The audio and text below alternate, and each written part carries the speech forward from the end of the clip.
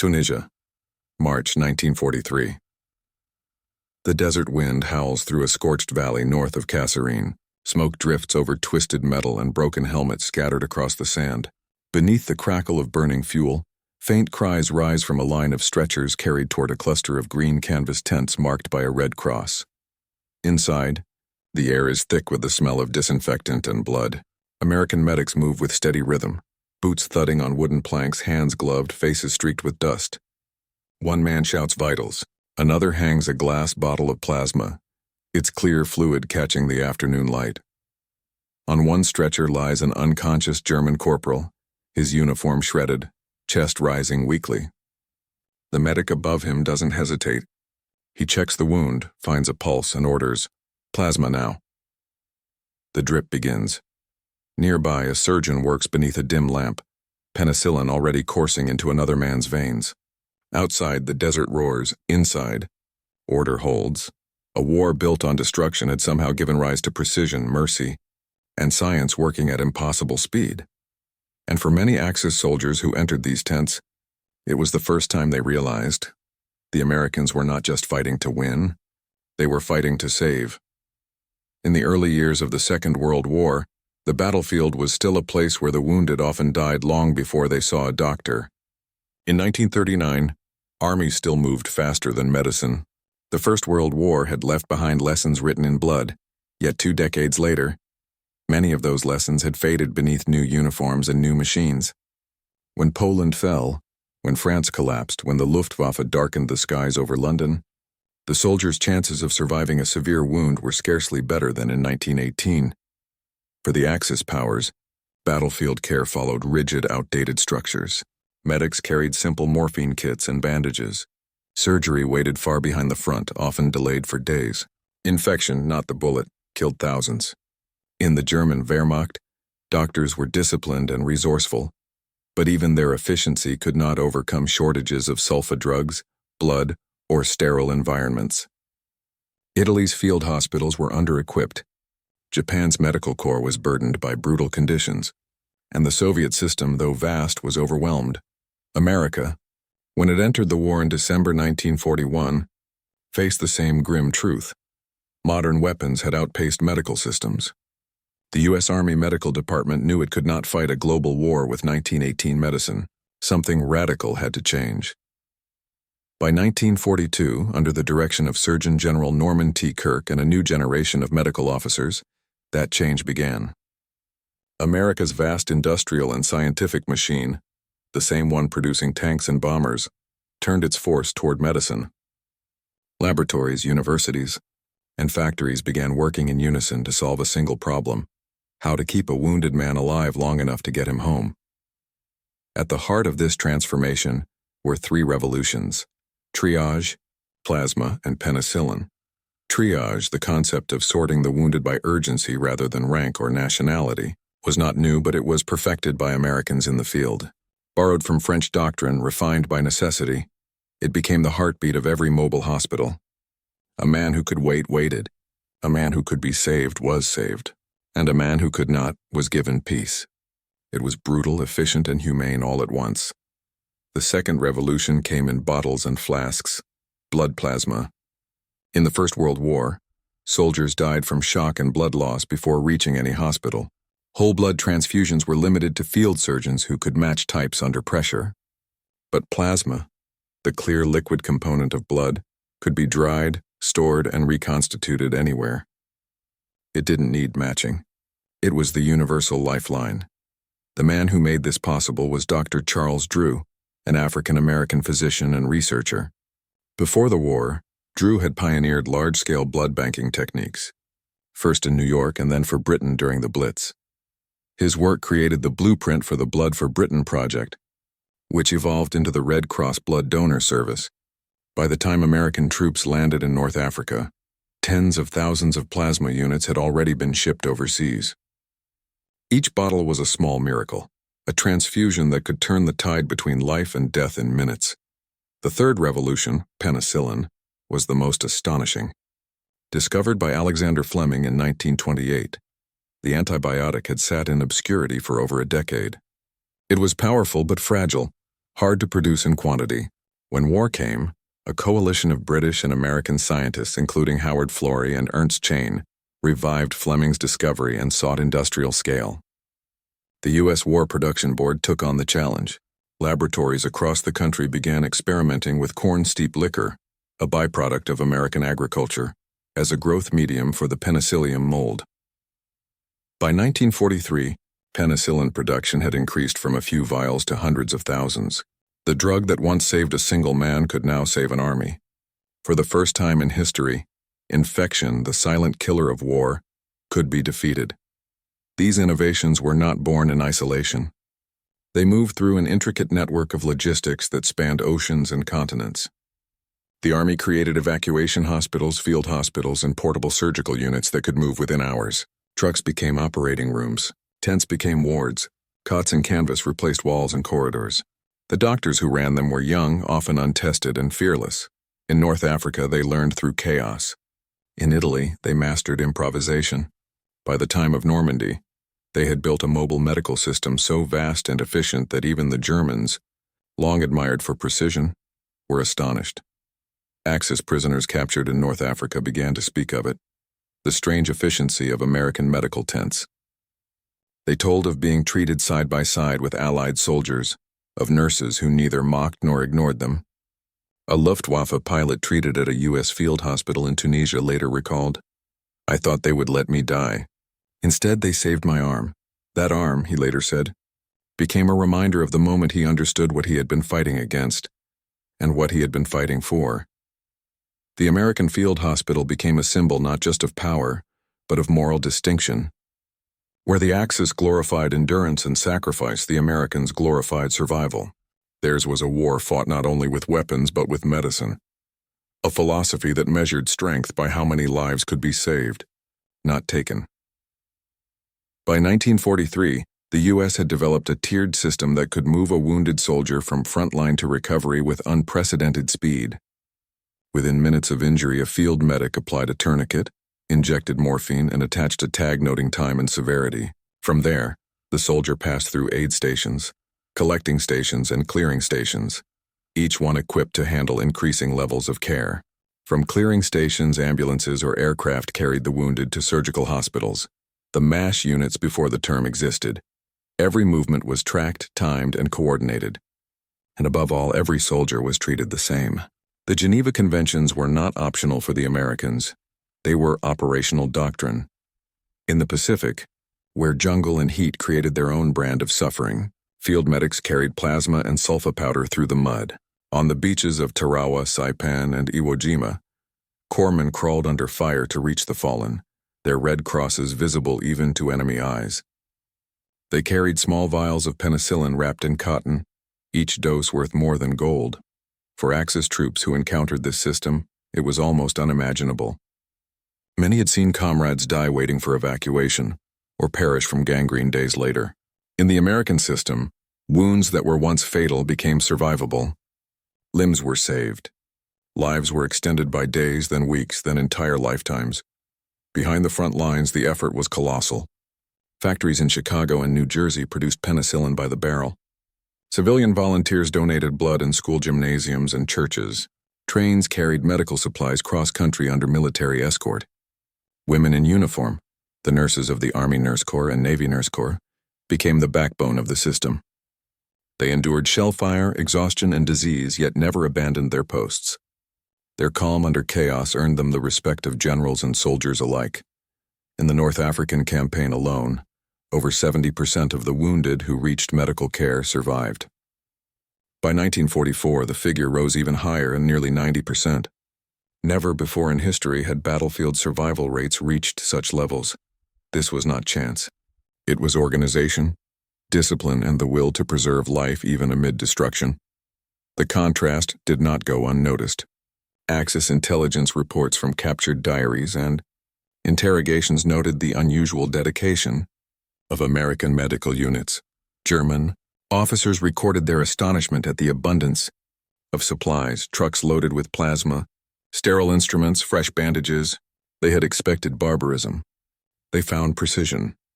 For many Axis soldiers, it was a disorienting experience. They had been told that Americans were materialistic, crude, and ruthless. But the field hospitals they encountered told another story, one of efficiency powered by compassion. As the war stretched into its bloodiest years, this medical revolution would not only save hundreds of thousands of lives, it would redefine warfare itself. The sight of the Red Cross tent glowing faintly under night skies became a symbol of order within chaos. In war, survival often depends on what happens in the first 10 minutes after the wound. By 1943, American medics knew this rule by heart. They carried it in their field kits, in their reflexes, in the rhythm of their breath under fire. They were not soldiers in the traditional sense.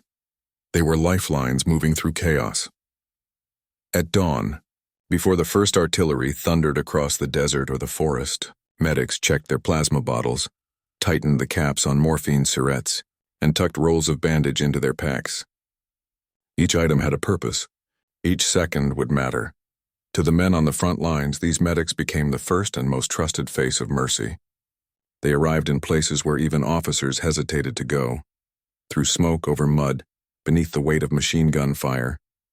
They crouched beside the fallen, worked by instinct, tagged the living, covered the dead, and then they called for the stretcher bearers on the silent chain that carried bodies from the abyss to the promise of life. At the collecting stations and the first stage of organized care, the system of triage began. The word, born of the French trier, meaning to sort, had been formalized in Napoleonic times but never before applied with such scale or precision. Here, a handful of doctors and nurses faced rows of stretchers, each bearing a man on the edge of life. They had to decide, often in seconds, who could be saved and who could not. To outsiders, it seemed cold. To those inside the tent, it was sacred duty. The tags around each wrist told the story. Immediate, delayed, minimal, expectant. The medics followed them with unflinching clarity, not from cruelty, but from realism. To save the most, some had to be left. In Tunisia, in Sicily, and later in Normandy, the triage tents became both the front line of medicine and the threshold of mortality. The air smelled of blood, iodine, and diesel. In one corner, a man groaned softly as plasma flowed into his arm, the thin glass bottle swaying from a rope.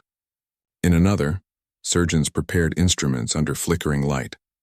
The rhythm of the saw, the murmurs of prayer, the distant thunder of artillery, it all blended into a grim symphony of efficiency. And yet, amid that mechanized precision, humanity persisted. Medics spoke softly to their patients. Nurses smiled through exhaustion. Chaplains whispered last rites. It was war distilled to its purest paradox, destruction feeding compassion. Outside those tents, logistics officers and engineers fought a different kind of battle, the war of movement. The success of American medicine depended not only on doctors, but on trucks, trains, and ships. The supply chain for plasma, sulfa drugs, and penicillin stretched from laboratories in New York to the beaches of North Africa. Each flask of penicillin began its life in a sterile lab, growing from a single spore of Penicillium chrysogenum. Packed in insulated containers, it traveled by rail to ports, then by ship across submarine-infested waters, and finally by convoy to forward depots. From there, it moved by truck or aircraft to field hospitals. If a single link failed, men died, and so every link was guarded with military precision. In this war, science marched as surely as soldiers. There were, however, deeper layers, moral and emotional ones. When the first German POWs arrived at American field hospitals, they were stunned by what they saw. Some were terrified, others defiant, but nearly all were confused when American doctors treated them with the same care given to Allied wounded. At a field hospital near Bizerte in 1943, a captured German officer with severe leg wounds was operated on by an American surgeon who had lost a brother at Pearl Harbor. The officer survived. When asked later why he had saved his enemy, the surgeon replied simply, "Because he was on my table." That principle, impartial care, became a quiet testament to the values the Allies claimed to fight for. It turned field hospitals into islands of humanity in a sea of destruction. Axis soldiers, conditioned by years of propaganda, found it difficult to believe. Some even suspected trickery, but as they healed under clean sheets and ate warm food, their disbelief turned to reflection. Reports from German intelligence units captured after the war revealed how deeply this shocked Axis morale. Soldiers who had once mocked American softness began to see it differently. "They have everything," one wrote, "and they even share it with us." Behind those tents, the unsung heroes were often the nurses. By 1944, more than 59,000 American nurses had served overseas, many within range of enemy artillery. They worked 20-hour shifts, stitching wounds, cleaning instruments, recording vitals, and comforting men who cried out for mothers and wives they would never see again. At Anzio, during the brutal Italian campaign, nurses lived in dugouts carved from the earth, working through constant bombardment. Their tents shook as shells exploded nearby, but the work never stopped. "We learned to tell the difference," one nurse said later, "between a shell that was coming close and one that was just passing by." Their presence had a profound effect on morale. Soldiers who saw them believed they might live. For Axis prisoners, their compassion blurred the line between enemy and savior. The Red Cross played its own crucial role, bridging military necessity and civilian empathy. Volunteers packed medical kits, assembled blood drives, and ensured correspondence between prisoners and families. By 1944, the Red Cross had distributed over 90 million pints of plasma and established blood donation centers in nearly every major American city. In many cases, the blood that saved a soldier on the beaches of Normandy came from a stranger who had rolled up their sleeve in a church hall thousands of miles away. It was an invisible link between home and front, between the ordinary citizen and the extraordinary task of saving lives amid destruction. While the Western Front advanced through Europe, a different kind of challenge faced American medics in the Pacific. The heat, humidity, and disease were relentless. Wounds festered within hours, and evacuation was often impossible. Jungle rot, malaria, and dysentery killed more soldiers than bullets. Here, innovation took on new forms. Lightweight medical kits replaced bulky field gear. Small portable sterilizers were developed to operate in the field. Penicillin was stored in cooled containers buried in the shade. Plasma was flown in by C-47 aircraft and dropped by parachute to frontline units. The men who fought there often said that the medics were the bravest of all. They were unarmed, marked only by the Red Cross on their sleeves, and yet they crawled through the mud to reach the fallen. On islands like Guadalcanal and Peleliu, they turned palm fronds into splints and used coconut water as improvised IV fluid when plasma ran out, a testament to training and instinct fused with desperation. In Europe, meanwhile, the triage system reached its zenith during the invasion of Normandy. On D-Day, more than 5,000 medics and corpsmen landed alongside the assault troops. Their job began before a single shot was fired. They carried not weapons but bandages, morphine, and plasma. In the chaos of Omaha Beach, many never made it past the surf. Those who did worked waist-deep in seawater, dragging the wounded to safety. On the cliffs above, field surgeons set up makeshift operating tables on stretchers propped between rocks. The first waves of casualties poured in by the hundreds. Tourniquets, morphine, plasma. It became an endless cycle of motion. Within 24 hours, the triage system was fully functional. Men who would have died in the First World War were stabilized, treated, and evacuated within hours. By June 10th, the first mobile surgical hospitals were already operating inland, performing amputations, abdominal surgeries, and reconstructive work. The key was mobility. The 77th Evacuation Hospital, for example, could set up its 400-bed facility in under 8 hours. It carried 150 tons of equipment, 60 vehicles, and its own power and water supply. Within days of the invasion, it was treating both Allied and German wounded, often in the same tent. One German prisoner later wrote, "I lay beside an American with his leg gone. The nurse smiled at both of us. I could not understand it then. That inability to understand, and later, to accept, became one of the moral signatures of the war." By 1945, the American medical system had become a logistical masterpiece. From the moment a man was wounded to the time he reached a hospital in England or the United States, every minute was measured. Evacuation aircraft, the C-47s and C-54s, were fitted with stretchers and oxygen systems. Flight nurses were trained to manage trauma mid-air. Within 48 hours of a battlefield injury, a soldier could be in a full hospital ward across the channel. The Germans, renowned for their discipline, were astonished. when Axis medical officers inspected captured U.S. facilities late in the war. They recorded their amazement at the sheer scale of resources: sterilized instruments, refrigeration units, portable X-ray machines. They moved hospitals like we move battalions, one wrote. Even in surrender, the Axis recognized something profound. The Americans had weaponized compassion. For the U.S. Army Medical Corps, this was not simply science. It was belief, the conviction that civilization itself was measured by how it treated its wounded even in war. That belief spread through every tent, every triage table, every stretcher convoy that wound through mud and snow. The medics did not see victory. They saw endurance, of flesh, of will, of mercy.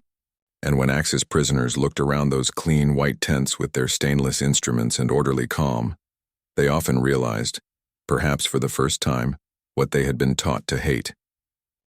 They saw a different kind of power, one that did not demand allegiance but offered care. And soon, that power would reach its ultimate test, in a battle where medicine would have to keep pace not with men, but with the machine of total war itself. June 7, 1944, in Normandy. The air still smells of cordite and seawater. The beaches are strewn with twisted steel, shattered landing craft, and the motionless forms of the fallen. The tide washes over empty helmets. But behind the dunes, beyond the smoke, a new kind of front line is already forming, a field of tents bearing the Red Cross. Inside one of them, a medic named Corporal James Ellsworth bends over a stretcher. He's been awake for 36 hours. His hands are steady, his voice calm, his eyes hollow from exhaustion. He opens another bottle of plasma and connects it to the arm of a wounded paratrooper. The clear liquid runs like a lifeline between life and death. Outside, ambulances rumble in from the beaches, each filled to capacity. The triage officer shouts orders. Abdomen, immediate. Chesty, priority 1. Compound fractures when delayed. The system holds. Despite the chaos, there is order, the result of 2 years of relentless refinement. The surgeons in their white aprons move like conductors of a grim symphony. The instruments are sterilized in boiling water. Lights are powered by portable generators. Nurses wipe sweat from their brows, their hands trembling but sure. In one corner, a German prisoner, barely 19, lies beside an American infantryman, both bandaged, both breathing. No one questions why. This is the turning point, where science, organization, and compassion combine to defy the logic of war. The invasion of Normandy was the largest amphibious operation in history. It was also the greatest test of the American medical system. Over 156,000 Allied troops stormed the French coast that day. By nightfall, nearly 10,000 were dead, wounded, or missing. Yet for the first time in modern warfare, the majority of those wounded survived. The reason was not luck. It was preparation, an invisible infrastructure that had been set in motion months before the first landing craft touched sand. The 261st Medical Battalion, among others, had rehearsed every movement, unloading stretchers under fire, erecting surgical tents, routing ambulances through chaos. Engineers had mapped evacuation routes across beaches before the battle even began. Ships known as hospital LSTs, landing ship, tank, converted for medical use, floated offshore, ready to receive casualties within hours. Each LST carried operating tables, X-ray equipment, blood plasma, and surgical teams. Patients were lifted aboard on stretchers, operated on while the ship rocked with the tide, and then ferried across the channel to England. It was a logistical ballet performed amid the roar of war. For Axis soldiers who witnessed it, the efficiency bordered on the unreal. German field hospitals were competent, even admirable, but they lacked mobility. They relied on static facilities and slow evacuation lines. In Normandy, the Americans turned medicine into movement. Reports from German officers captured in June 1944 speak with grudging awe. One Oberleutnant wrote, "They bring hospitals to the front. They move them as if they were companies of men. Our wounded lie days before evacuation. Theirs are in clean beds the same night." Another, treated at a captured field hospital near St. Lo, admitted, "Their organization is like a machine. Even the nurses work as if on a battlefield. They do not distinguish friend from foe. I received plasma from an American nurse.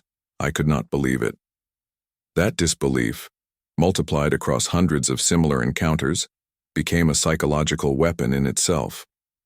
Where the Axis sought to dehumanize the enemy, The Americans confounded them with humanity.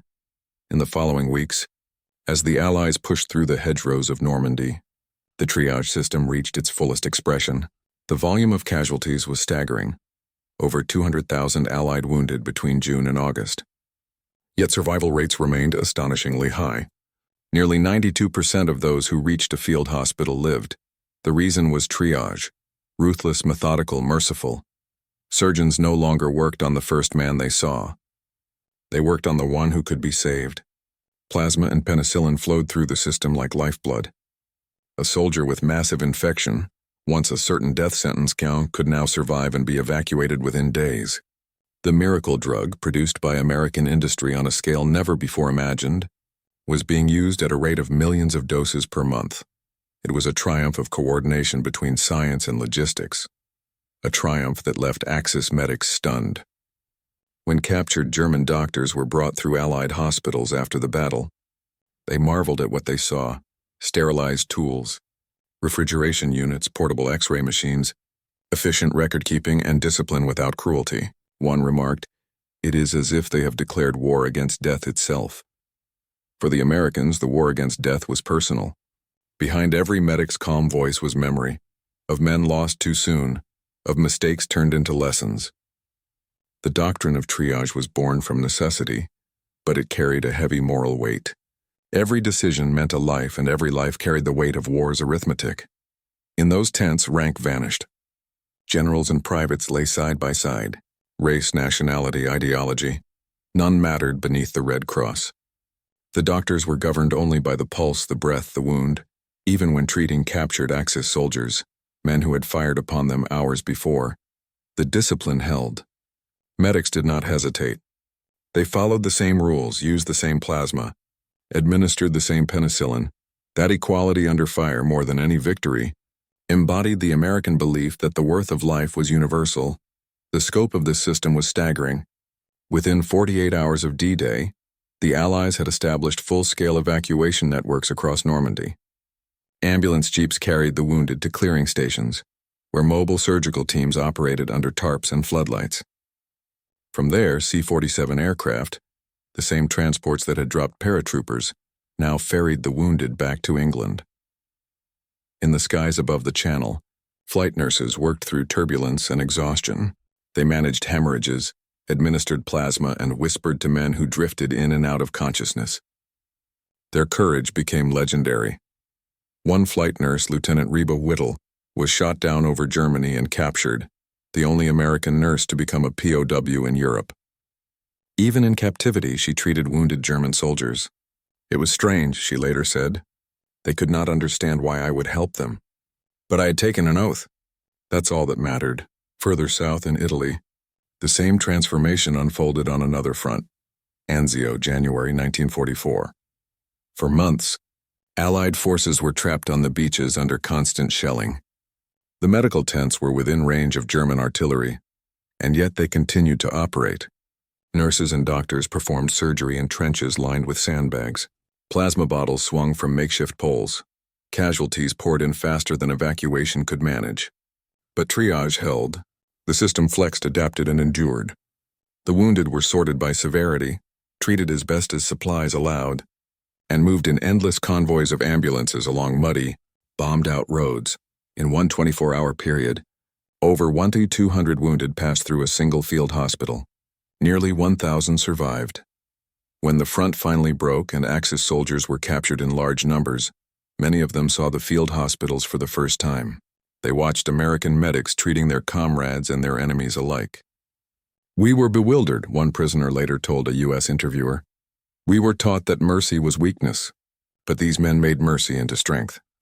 By 1945, the system had become unstoppable. In the Battle of the Bulge, amid the snow and frozen mud of the Ardennes, medics carried plasma bottles tucked under their coats to keep them from freezing. Penicillin shipments arrived by air as the front shifted daily.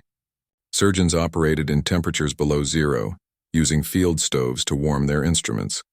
The Germans, desperate and undersupplied, could not believe the scale. Their own doctors worked bravely but with diminishing resources. American medicine, by contrast, had become a fully mobilized army of its own. 700,000 doctors, nurses, medics, and logisticians working in unison. In captured diaries, German soldiers wrote not only of defeat in battle, but of astonishment at the American way of war. "They treat even our wounded," one SS sergeant confessed. "They have more compassion for us than our own command." It was a psychological shift, one that transcended victory or defeat. Even in the Pacific, where conditions were almost unendurable, the system proved its worth. On the beaches of Iwo Jima, corpsmen carried plasma through the volcanic ash. Penicillin was administered under enemy fire. Wounded Marines were evacuated by LVTs. Amphibious tractors turned into floating hospitals. One Japanese prisoner, captured near the end of the battle, was treated for burns with the same care given to Americans. He bowed weakly to his nurse after surgery. "I thought I would die," he whispered. "You saved me." For the Axis, such experiences defied belief. For the Americans, they defined purpose. By war's end, the statistics were astonishing. Over 671,000 American wounded had been treated. Of those who reached medical facilities, over 96% survived. Infection rates had plummeted. Amputations, once routine, had dropped dramatically. Diseases that had crippled armies for centuries were now manageable. These numbers were not accidents of luck or superiority. They were the direct result of organization, innovation, and the belief that life itself was worth defending, even in the midst of destruction. The Axis powers, especially Germany and Japan, would later study these methods in detail. Their surviving doctors would visit American hospitals after the war, learning from the very system they had once fought against. Many openly admitted their astonishment. "You have made medicine into a weapon," one German surgeon told his American counterpart in 1946, "but it is a weapon for peace." By the final months of the war, the Red Cross tents stood not as symbols of suffering but of civilization. They represented something unspoken, that in a world consumed by cruelty, the act of saving life was itself resistance. The Axis soldiers who once entered those tents as enemies often left as witnesses. They carried home stories of American doctors who had saved them, nurses who had smiled at them, systems that had functioned even under fire. Those memories would outlive the war itself. And in the long silence that followed 1945, when the guns ceased and nations began to rebuild, those memories became seeds and of science, of humanity, and of the strange, enduring truth that mercy can outlast hatred. The American field hospital had become something larger than an institution. It was proof that war could sharpen not only the blade, but the conscience. And from the ashes of Normandy, Anzio, and Iwo Jima, a new world of medicine was being born, one that would soon redefine the meaning of care, not just on battlefields, but in every hospital that followed. The guns finally fell silent in 1945, but the hum of generators inside American field hospitals continued for weeks afterward. In the chaos of surrender and liberation, medicine did not pause. Instead, it turned to a new task, tending not just to the victorious, but to the broken world left behind. All across Europe and the Pacific, the same Red Cross flags that had guided stretcher-bearers through combat now flew over cities in ruin. Where once they had treated soldiers, doctors now faced civilians. Starving children, refugees, prisoners freed from concentration camps.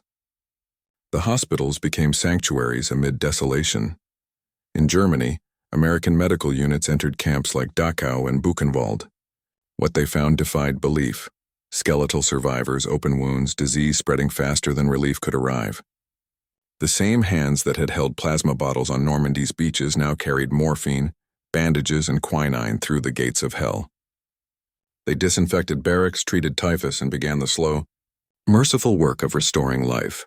These scenes marked the moral continuation of what had begun years earlier in those desert tents, the belief that medicine could be an instrument of civilization even when civilization had collapsed. When the war's statistics were finally tallied, the numbers told their own story. Over 670,000 American soldiers had been wounded in action.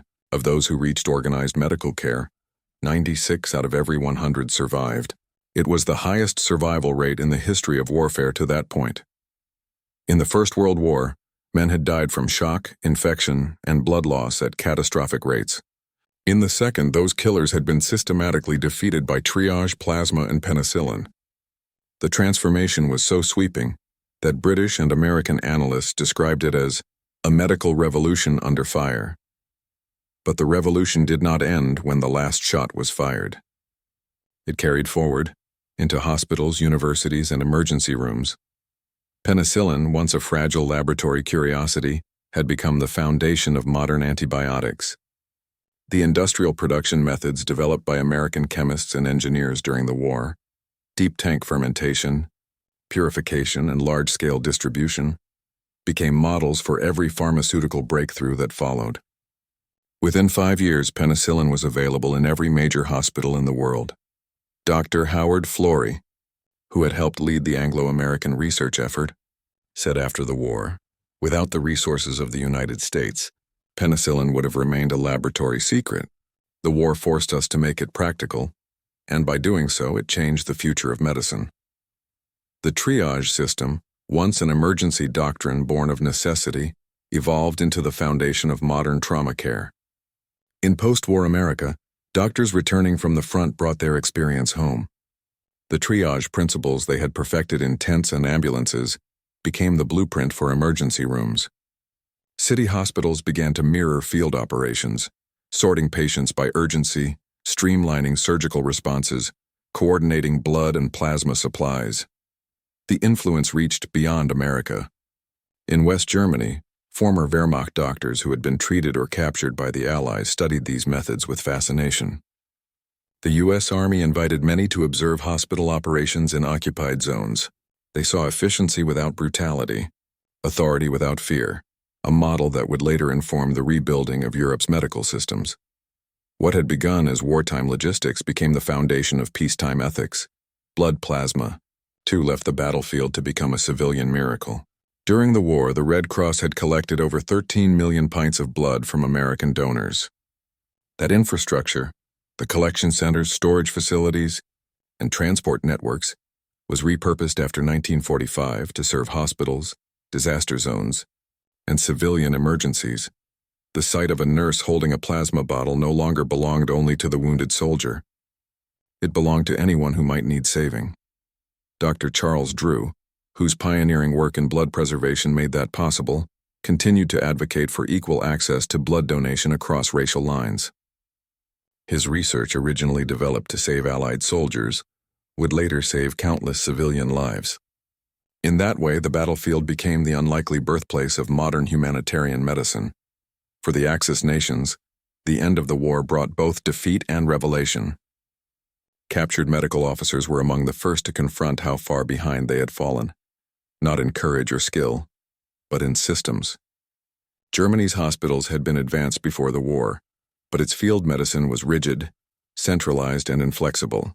Japan's system was built on sacrifice rather than recovery. A wounded soldier was often considered a lost cause. In American camps, Axis doctors had watched their captors treat wounded prisoners with care. After the war, they studied those same practices with admiration. U.S. medical officers conducted joint workshops in occupied Germany, training former Wehrmacht doctors in trauma care, sanitation, and antibiotic use. For many of those men, the experience was transformative. They returned to rebuild hospitals in Cologne, Munich, and Hamburg, carrying with them lessons learned not from ideology, but from observation, that a nation's strength lay in how it valued life, not how it waged death. The American field hospital system itself became a model for future wars and for peace. In Korea and Vietnam, in disaster zones and peacekeeping operations, the same principles were applied again: mobility, triage, rapid evacuation, and compassionate care. But its influence extended even further. The United Nations Relief and Rehabilitation Administration, UNRWA, formed during the final phase of the war, adopted many of its logistical practices from the U.S. Army Medical Corps. When the first global aid missions began, in China, Greece, and Italy, their field hospitals were staffed and structured according to American wartime doctrine. Even the language endured. The term MASH, Mobile Army Surgical Hospital, was coined in 1945, a direct descendant of the portable surgical units used in North Africa and Normandy. Those units became the backbone of post-war military medicine, immortalized later not by fiction, but by the legacy of real men and women who lived under canvas and worked by candlelight. The cultural impact of those wartime medical efforts reached deep into public consciousness. During the war, photographs of medics carrying wounded soldiers, of nurses bending over stretchers under fire, had circulated in newspapers and newsreels. They offered a counter-narrative to destruction, a reminder that compassion still had a place in total war. After 1945, those images became emblems of hope. For a world traumatized by genocide and atomic fire, the sight of an American medic hanging a bottle of plasma over a wounded German or Japanese soldier symbolized something larger than victory. It symbolized redemption. When former Axis prisoners wrote home, they often mentioned the hospitals more than the battlefields. A German pilot captured in France wrote in 1946, "I was treated by Americans. I do not understand them, but I respect them. They made me see that decency is stronger than hate." Another, who had been treated at a U.S. hospital in Italy, sent a letter years later to his American surgeon. "You saved my leg. But more than that, you saved my belief that the world could still be good." Such words, multiplied across thousands of lives, did more to heal the divisions of war than any treaty or speech. Back in the United States, returning medics and nurses brought their experiences into a society on the brink of transformation. They entered hospitals, universities, and research institutions, carrying with them the discipline and urgency of war. They trained a new generation of doctors to think differently, to act faster, to improvise, to value teamwork over hierarchy. The post-war boom in American medicine, now from trauma centers to emergency services, owed its momentum to those lessons. The field hospital had shown that speed and efficiency could save lives without sacrificing care. Within a decade, civilian ambulances carried defibrillators and plasma kits. Hospitals adopted new protocols for mass casualty events. Surgeons designed mobile operating theaters for disaster response. Every innovation traced its lineage back to those tents in the mud of Normandy, Anzio, and Saipan. For those who had lived inside those tents, however, the memories were not heroic. They were haunting. Doctors and nurses who had saved hundreds could still recall the faces of those they could not. The smell of iodine, the sound of dying men calling for morphine, the sight of letters clutched in still hands. These never left them. In interviews decades later, many spoke softly of what they had seen. "I never thought about sides," one medic said in a 1980 oral history. "I just thought, he's still breathing. That's all that mattered." Their humility was the quiet coda to a vast and terrible symphony.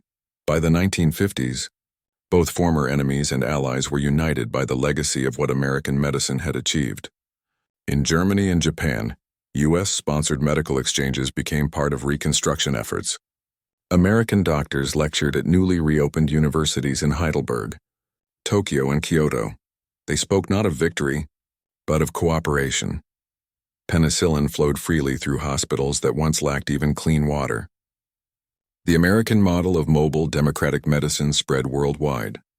And everywhere it went, it carried the same principle, that every human being, regardless of flag or uniform, deserved the chance to live. It was perhaps the most enduring victory of the Second World War, a triumph of conscience over catastrophe. In the decades that followed, as veterans aged and the memory of war faded into textbooks and films, the quiet legacy of the medics endured.